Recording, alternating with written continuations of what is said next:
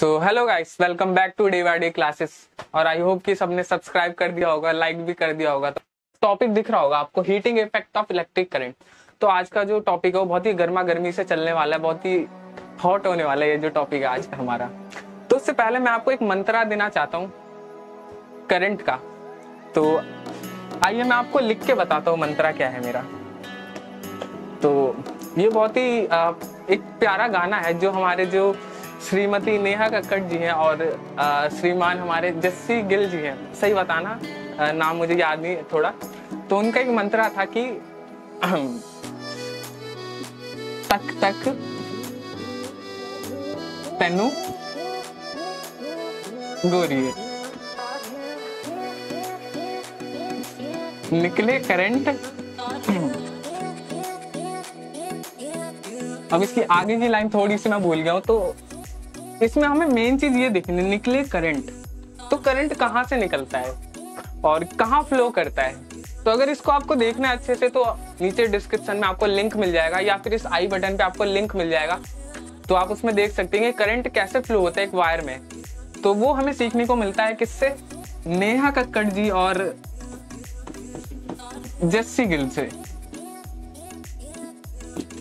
तो बहुत ही उन्होंने प्यारे तरीके से गाने के थ्रू उन्होंने एक्सप्लेन करने की कोशिश की है कि करंट मेरा क्या होता है, कि कैसे वो नेहा कक्कड़ जी को देखते हैं और उनके रगों में करंट दौड़ता है।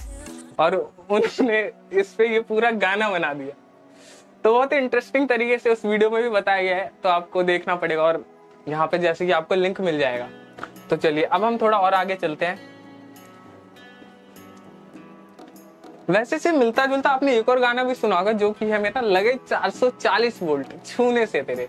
तो जैसे हमने देखा था कि जो पोटेंशियल डिफरेंस होता है, क्या होता है मेरा पोटेंशियल डिफरेंस, उसको उसकी जो यूनिट होती है वो होती है मेरी वोल्टेज।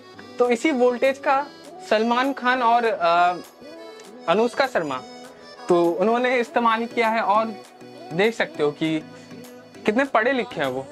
440 वोल्ट का इस्तेमाल कर रहे हैं विथ एसआई यूनिट, जो कि बहुत इंपॉर्टेंट है। एसआई यूनिट, तो इसका मतलब उनको इस जो एसआई यूनिट है इसका भी मतलब पता है, उनको इस चीज की भी नॉलेज है। तो आप देख सकते हो कितने ज्यादा बढ़िया इंसान है सब। तो ये था मेरा थोड़ा बहुत इंट्रोडक्शन टाइप का पिछले जो हमने पढ़ा था।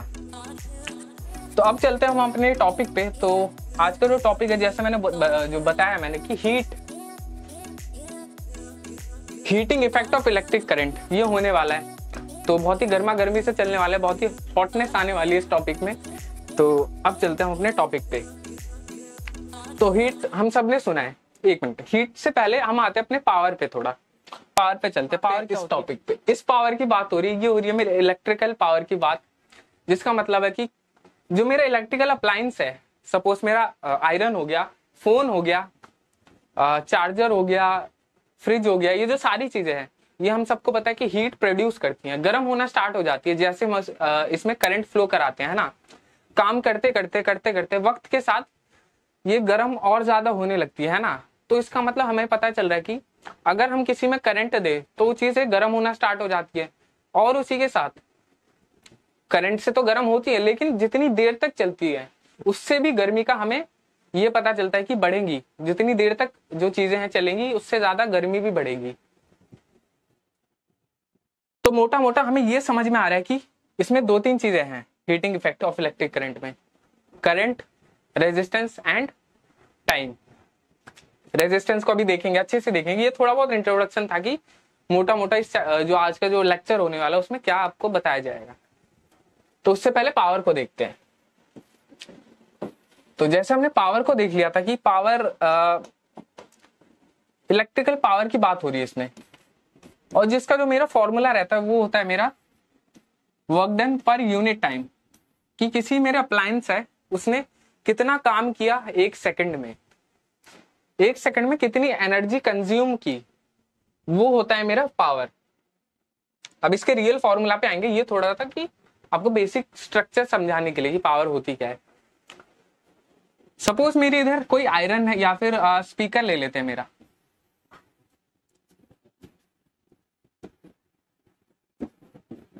तो स्पीकर में कुछ गाना चल रहा है मेरा, 440 वोल्ट चल रहा है, सपोज इसमें चल रहा है मेरा 440 वोल्ट। आज भाई साहब सलमान खान को इंट्रोड्यूस करेंगे इस वीडियो में। तो पावर का जो बेसिक फॉर्मूला रहता है वर्क डन पर यूनिट टाइम। अब देखो सपोज इस स्पीकर ने मेरा 1 सेकंड में ये सपोज कंज्यूम करता है मेरा 12 जूल, ठीक है, 1 सेकंड में। तो मेरा पावर कितना आ जाएगा, 12 जूल अपॉन में 1 सेकंड, तो ये आ जाएगा मेरा 12 वॉट। 12 वॉट बिल्कुल सही समझा आपने कि इसमें जो वॉट है ये मेरी है एसआई यूनिट पावर की। पावर की एसआई यूनिट क्या है मेरी, वॉट। वॉट है मेरी एसआई यूनिट पावर की। और इसी जूल पर सेकंड को हम वॉट भी लिख सकते हैं, ठीक है। इसी जूल पर सेकंड को हम वॉट भी लिख सकते हैं, जो पावर की मेरी बेसिक यूनिट होती है। अब हमने समझ लिया कि मेरा अप्लायंस 1 सेकंड में कितना एनर्जी कंज्यूम करता है, वो होता है मेरा पावर। अब इसका जो हमारा एनसीईआरटी का फॉर्मूला है जिसमें दे रखा है उस पे आ जाते हैं। P होता है मेरा W/T सॉरी, वर्क डन पर यूनिट टाइम।